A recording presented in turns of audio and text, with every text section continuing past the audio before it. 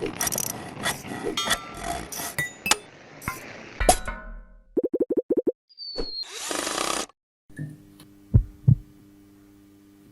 بسم الله. نجيب المنقلة الرقمية، نرفع قرص المنشار للآخر، وهنعتبر سطح الطاولة هو المستوى 0، فهنحط عليه المنقلة ونصفرها، بنقول يعني للمنقلة ده الصفر بتاعي.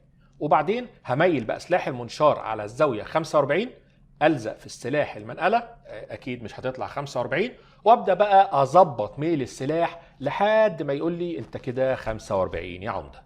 هقص أول شريط،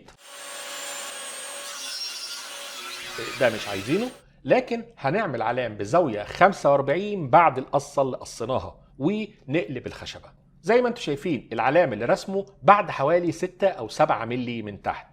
وهقرب بقى الخشبة بتاعتي عشان اجيب طرف القرص عند طرف الخط اللي انا رسمه، عشان اقرب الدليل بتاع المنشار ويبقى ثبت العيار اللي هقص عليه كل مرة.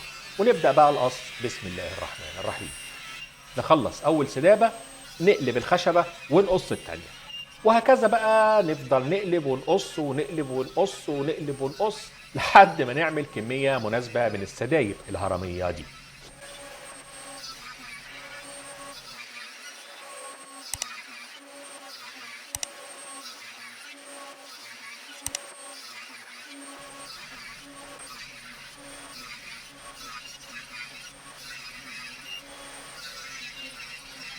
ناخد بقى السدايب اللي قصيناها، نجيب واحدة ونلزق فيها كام شريط تيب ورقي، عشان هنرتب ورا السدابة دي 3 سدايب كمان نلزقهم بقوة وبترتيب في التيب.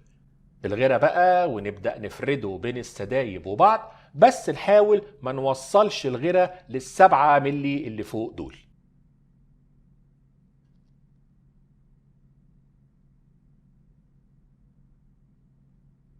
وبعدين نلف ال4 سدايب على بعض، هيدوني الشكل المربع الأمور ده.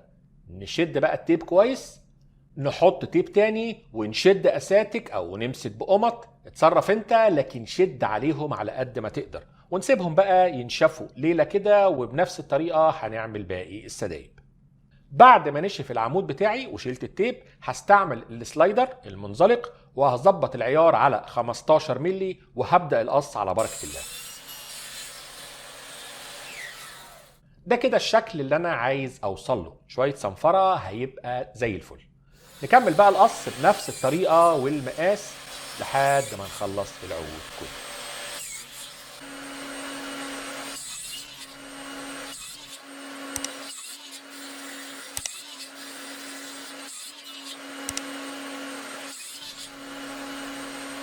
جبت بقى لوح كونتر و4 سدايب بالشكل ده كده، هيبقوا قرص الطاوله، وهبدا بقى الزقهم بالغيره واقمط عليهم بالشريط او باي قمطات تتوفر عندك، وهنسيبه ينشف شويه.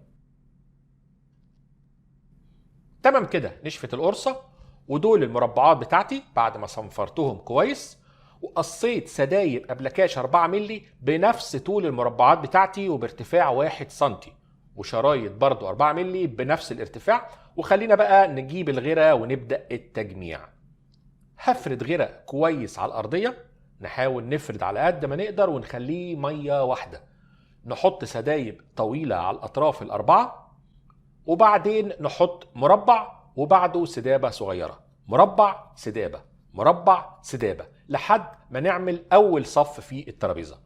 بعد كده بنحط سدابة طويلة ونبدأ الصف التاني، مربع سدابة مربع سدابة، لحد ما نملى القرص بالكامل بنفس ذات نفس الطريقة.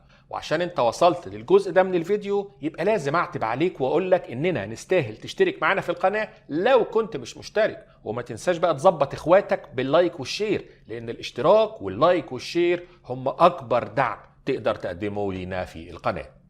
تمام كده وصلنا لاخر مربع، معلش احتاج دقيقتين بالشاكوش وماله مش خسارة فيه. العب المكنة طلعت قماش، هنضغط بقى عليها بخشبة ونمسك بالقمط ونسيبهم ينشفوا كام ساعة. تمام كده القرص نشف، هنجيب الإيبوكسي والميزان والألوان ونبدأ نعاير كمية الإيبوكسي. 10 جرام ريزن و6 جرام مصلب، دي النسبة المخصوصة للإيبوكسي الخاص بشركة GR ريزن، واللي جبت من عندهم الميزان والايبوكسي والالوان وكل اللي احتاجته لشغل الايبوكسي في الفيديو ده. بشكرهم جدا وهسيب لكم روابطهم في وصف الفيديو. واضيف بقى الالوان حسب ما انا عايز، شويه كحلي وشويه ابيض هيدوني لون زهري انا بحبه. هقلب كويس وبعدين اسيبه يرتاح 3 دقايق. بعد كده بقى ابدا املى الفراغات في القرص. الاول هملى المربعات الصغيره وبعدين الفواصل بين المربعات.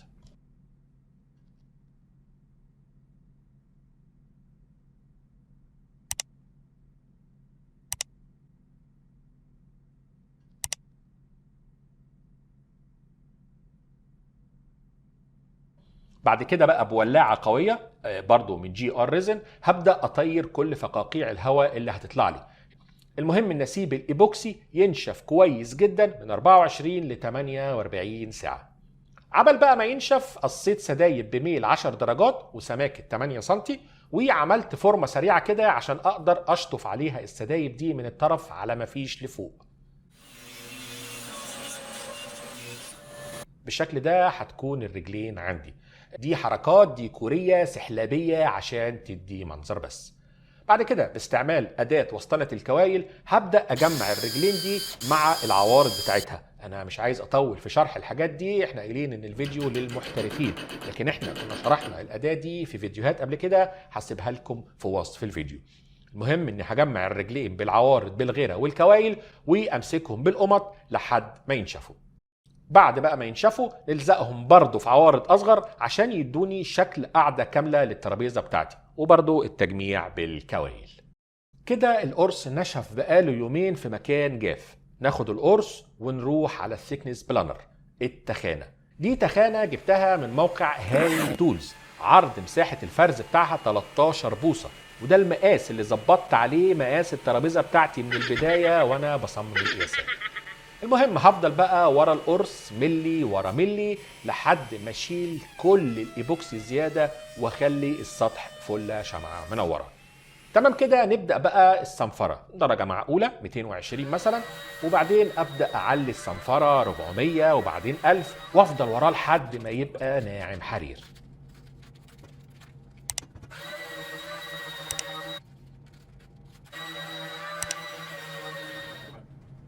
هنبدأ بقى الفينش. هستعمل سبراي شفاف بوليوريثان، وتقدر ترشها طبعا بأي ورنيش انت تحبه او يكون متوفر عندك. هرش طبقة وصنفر وارش طبقة وصنفر تاني لحد مرضى عن النتيجة. كده الورنيش نشف وبقى زي طبقة الإزاز. الله ينور يا عمدة. هنقلب القرص ونركب فيه الرجلين. نقدر طبعا نلزقهم بالغيرة مع مسمارين، انما انا قلت استعمل الزوايا الصغيرة دي افضل. خلاص كده خلصنا الترابيزه الصغيره الركنه او الميني تيبل كورنر او الكوفي تيبل او ترابيزه الضيافه. شوف بقى تحب تسميها ايه، حتى لو هتسميها شهيطاز العلا جلال انا ما عنديش مانع ابدا. المهم انها تعجبك وان انت ترد لنا الاعجاب ده بالاشتراك في القناه، ومش هوصيك بقى على اللايك والشير، وان شاء الله نتقابل على خير. سلام عليكم.